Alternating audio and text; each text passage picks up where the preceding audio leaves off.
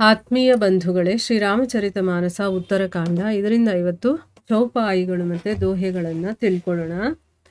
ಹರ್ಷಿತ್ ಗುರು ಪರಿಜನ ಅನುಜ ಭೂಸುರ ಬೃಂದ ಸಮೇತ ಚಲೆ ಭರತ ಮನ ಪ್ರೇಮ ಅತಿ ಸನ್ಮುಖ ಕೃಪಾನಿಕೇತ ಬಹುತಕ ಚढ़ी अटारिन्ह निरखहि गगन विमान देखी मधुर सुर हर्षित करहि सुमंगल गान राका ससी रघुपति पुर सिंधु देखी हर्षान बढ़ियो कोलाहल करत जनु नारी तरंग समान इहा भानुकुल कमल दिवाकर कपिन देखावत नगर मनोहर सुनु कपीस अंगद लंकेसा पावन पुरी रुचिर यह देसा यद्यपि सब बैकुंठ बखाना वेद पुराण विदित जगु जाना अवधपुरी सम प्रिय नहीं सोऊं यह प्रसंग जानहि कोऊं कोऊं जन्मभूमि मम पुरी सुहावनी उत्तर दिशि बह सरजू पावनी जा मज्जन ते बिनहि प्रयासा मम समीप नर पावहि बासा अति प्रिय मोहि इहा के बासी मम धामदा पुरी सुखरासी हर्षे सब कपि सुनी प्रभु बानी धन्य अवध जो राम बखानी आवत देखी लोग सब कृपा सिंधु भगवान नगर निकट प्रभु प्रेरेवु उतरेवु भूमि विमान उतरी कहेवु प्रभु पुष्प कही तुम्ह कुबेर पही जाहूं ಪ್ರೇರಿತ ರಾಮ ಚಲೆವು ಸೋ ಹರಶು ಬಿರಹು ಅತಿ ತಾಹು. ಇವು ಚೌಪಾಯಿಗಳು ಮತ್ತು ದೋಹೆಗಳು. ಈಗ ಇದರ ಅರ್ಥವನ್ನು ತಿಳ್ಕೊಳ್ಳೋದಕ್ಕೆ ಪ್ರಯತ್ನ ಮಾಡೋಣ. ತುಳಸಿದಾಸರು ಹೇಳ್ತಾರೆ, ಭರತ ಅಯೋಧ್ಯೆಗೆ ಬಂದು ಅರಮನೆಯಲ್ಲಿ ಎಲ್ಲರಿಗೂ ಕೂಡ ಈ ವಿಷಯವನ್ನು ಹೇಳ್ತಾನೆ. ಎಲ್ಲರೂ ಕೂಡ ರಾಮನನ್ನು ನೋಡೋದಕ್ಕೆ ಓಡ್ ಬರ್ತಾ ಇದ್ದಾರೆ. ಜನಗಳಿಗೆಲ್ಲ ಗೊತ್ತಾಗಿದೆ, ಒಬ್ಬರಿಗೊಬ್ರು ಇನ್ನೊಬ್ಬರು ಹೇಳ್ಕೊಳ್ತಾ ಇದ್ದಾರೆ, ನೀನು ಏನಾದರೂ ರಾಮನನ್ನು ನೋಡಿದ್ಯಾ ಅಂತನ್ಬಿಟ್ಟು. ಇಡೀ ಅಯೋಧ್ಯವೇ ಸಕಲ ಸೌಂದರ್ಯದ ನಿಧಿ ಆಗ್ಬಿಟ್ಟಿತ್ತು. ಆಮೇಲೆ ಸರಿಯೂ ನದಿಯ ನೀರು ಕೂಡ ನಿರ್ಮಲವಾಯಿತು. ಅಲ್ಲಿ ಶೀತಲ ಮಂದ ಸುಗಂಧ ಗಾಳಿ ಬೀಸೋದಕ್ಕೆ ಶುರುವಾಗುತ್ತೆ. ಗುರುಗಳಾದಂತಹ ವಸಿಷ್ಠರು, ಆತ್ಮೀಯ ಪರಿಜನರು, ತಮ್ಮನಾದಂತಹ ಶತ್ರುಘ್ನ, ಭೂಸುರ ಸಮೂಹದೊಂದಿಗೆ ಅಂದರೆ ಎಲ್ಲ ರಾಜರನ್ನು ಕರ್ಕೊಂಡು ಹರ್ಷಿತನಾದಂತಹ ಭರತ ತುಂಬ ಪ್ರೀತಿಪೂರ್ಣ ಹೃದಯದಿಂದ ಕೃಪಾನಿಧಾನನಾದಂತಹ ಶ್ರೀರಾಮನಿಗೆ ಸ್ವಾಗತವನ್ನು ಕೋರೋದಕ್ಕೆ ಭಕ್ತಿ ಪರಿಪೂರ್ಣನಾಗಿ ಹೊರಡ್ತಾನೆ. ಬಹಳ ಮಂದಿ ಸ್ತ್ರೀಯರೆಲ್ಲರೂ ಕೂಡ ಉಪ್ಪರಿಗೆಗಳನ್ನು ಅಂದರೆ ಮಾಡಿಗಳ ಮೇಲೆ ಅಲ್ಲಿ ನಿಂತ್ಕೊಂಡು ಆಕಾಶದಲ್ಲಿ ಬರ್ತಾ ಇದ್ದಂತಹ ವಿಮಾನವನ್ನು ವೀಕ್ಷಣೆ ಮಾಡೋದಕ್ಕೆ ಶುರು ಮಾಡ್ತಾರೆ.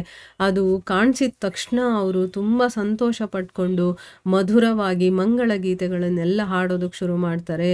ಶ್ರೀರಾಮನೇ ಹುಣ್ಣಿಮೆಯ ಚಂದ್ರ, ಅಯೋಧ್ಯೆನೇ ಸಮುದ್ರ.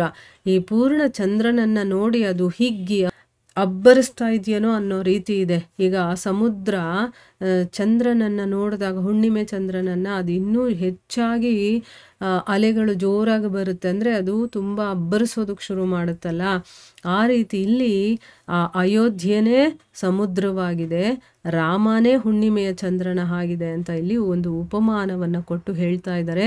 ಆ ಕಡೆಯಿಂದ ಈ ಕಡೆಯಿಂದ ಓಡಾಡ್ತಾ ಇರುವಂತಹ ಸ್ತ್ರೀಯರಿದ್ದಾರಲ್ಲ, ಅವರೇ ಸಾಗರದ ಅಲೆಗಳು ಅಂತ ಇಲ್ಲಿ ಹೇಳ್ತಾ ಇದ್ದಾರೆ.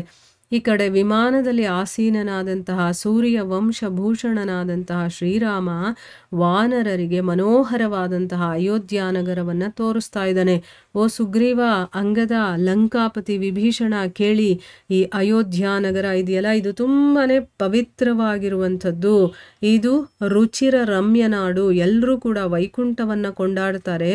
ಅದು ವೇದ ಪುರಾಣಗಳಲ್ಲಿ ಪ್ರಸಿದ್ಧವಾಗಿದೆ, ಜಗದ್ವಿಖ್ಯಾತವಾಗಿದೆ.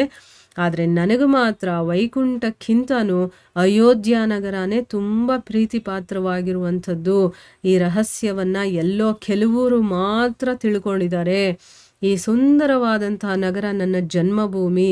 ಇದರ ಉತ್ತರದಲ್ಲಿ ಲೋಕಪಾವನೆಯಾದಂತಹ ಸರಿಯೂ ನದಿ ಹರಿತಾ ಇದೆ.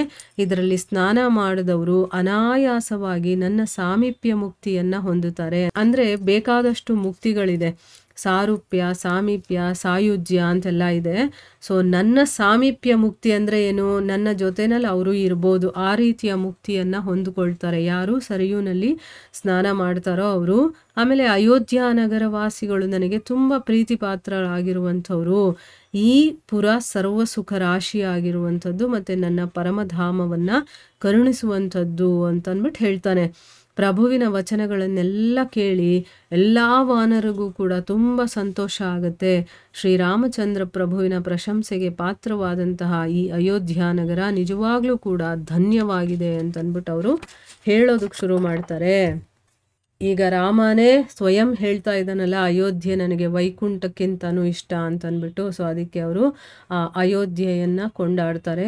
ಪ್ರಜೆಗಳೆಲ್ಲರೂ ಕೂಡ ನನ್ನನ್ನು ದರ್ಶನ ಮಾಡೋದಕ್ಕೆ ಓಡಿ ಬರ್ತಾ ಇರೋದನ್ನು ನೋಡಿ ಕೃಪಾಸಿಂಧುವಾದಂತಹ ಶ್ರೀರಾಮಚಂದ್ರ ಪ್ರಭು ನಗರದ ಸಮೀಪನೇ ಒಂದು ವಿಮಾನವನ್ನು ಇಳಿಸುವಂತೆ ಆದೇಶವನ್ನು ಕೊಡ್ತಾನೆ. ಆಗ ಅದು ನೆಲಕ್ಕೆ ಇಳಿಯುತ್ತೆ. ಎಲ್ಲರೂ ಕೂಡ ವಿಮಾನದಿಂದ ಇಳಿದು ಆಮೇಲೆ ಪ್ರಭು ಏನು ಮಾಡ್ತಾನೆ, ಪುಷ್ಪಕವನ್ನು ಕುರಿತು ಈ ರೀತಿ ಹೇಳ್ತಾನೆ, ನೀನು ಇನ್ನು ಕುಬೇರನ ಹತ್ರಕ್ಕೆ ಹೋಗು ಅಂತಂದ್ಬಿಟ್ಟು. ಯಾಕಂದರೆ ಅದು ಪುಷ್ಪಕ ವಿಮಾನ ಇರುತ್ತಲ್ಲ, ಅದು ಕುಬೇರಂದು. ಆದರೆ ರಾವಣ ಅದನ್ನು ಕಿತ್ಕೊಂಡಿರ್ತಾನೆ, ಅವನ ಹತ್ರ ಅದನ್ನು ಕಿತ್ಕೊಂಡ್ಬಿಟ್ಟಿರ್ತಾನೆ. ಅದಕ್ಕೆ ಈಗ ಆ ಪುಷ್ಪಕ ವಿಮಾನಕ್ಕೆ ಹೇಳ್ತಾನೆ, ನೀನು ಕುಬೇರನ ಹತ್ರ ಹೋಗು ಅಂತಂದ್ಬಿಟ್ಟು ಆದೇಶವನ್ನು ಕೊಡ್ತಾನೆ. ಶ್ರೀರಾಮನ ಆಜ್ಞೆಯಂತೆ ಅದು ಅಲಕಾಪುರಿಗೆ ಹೊರಟೋಗುತ್ತೆ. ತನ್ನ ಒಡೆಯನ ಹತ್ರ ಹೋಗುವಂಥ ಒಂದು ಸಂತೋಷ ಅದಕ್ಕಾದರೆ, ಶ್ರೀರಾಮನಿಂದ ಅಗಲಿ ಹೋಗಬೇಕಲ್ಲ ಅನ್ನುವಂಥ ವಿರಹವೇದನೆಯಿಂದ ದುಃಖಿತವಾಗಿ ಅದು ಮೆಲ್ಲಕ್ಕೆ ಮುಂದಕ್ಕೆ ಹೋಗುತ್ತೆ. ನೋಡಿ, ಆ ವಿಮಾನಕ್ಕೂ ಕೂಡ ತನ್ನ ಒಡೆಯ ಯಾರು ಇರ್ತಾನೋ ಅವನ ಹತ್ರ ಇರೋದಕ್ಕೆ ಇಷ್ಟ. ಅದು ಅಲ್ಲಿಗೆ ಹೋಗ್ತಾ ಇದ್ದೀನಲ್ಲ ಅಂತ ಒಂದು ಸಂತೋಷ, ಆದರೆ ಈಗ ರಾಮನಿಂದ ದೂರ ಹೋಗಬೇಕಲ್ಲ ಅನ್ನೋ ಒಂದು ವಿರಹ ವೇದನೆ ಕೂಡ ಅದಕ್ಕಿದೆ. ಅದಕ್ಕೆ ಅದು ಹೋಗೋದಕ್ಕೆ ಇಷ್ಟ ಇಲ್ಲದೆ ಇರುವ ಮನಸ್ಸಿನಿಂದ ಹೋಗ್ತೀವಲ್ವ, ಅವಾಗ ಏನು ಮಾಡ್ತೀವಿ, ಫಾಸ್ಟಾಗಿ ಹೋಗ್ಬಿಡ್ತೀವ, ಇಲ್ಲ ಹಿಂದೆ ತಿರುಗಿ ತಿರುಗಿ ನೋಡ್ತಾ ನೋಡ್ತಾ ಮುಂದಕ್ಕೆ ಹೋಗ್ತೀವಲ್ವ. ಆ ರೀತಿಯ ವಿಮಾನನೂ ಕೂಡ ಒಲ್ಲದ ಮನಸ್ಸಿನಿಂದ ಮುಂದಕ್ಕೆ ಸಾಗುತ್ತೆ ಅಂತ ಅಂದ್ಬಿಟ್ಟು ಇಲ್ಲಿ ಹೇಳ್ತಾ ಇದ್ದಾರೆ. ಸೊ ಇಲ್ಲಿಗೆ ನಾವು ನಿಲ್ಲಿಸೋಣ. ಹರೇ ಕೃಷ್ಣ.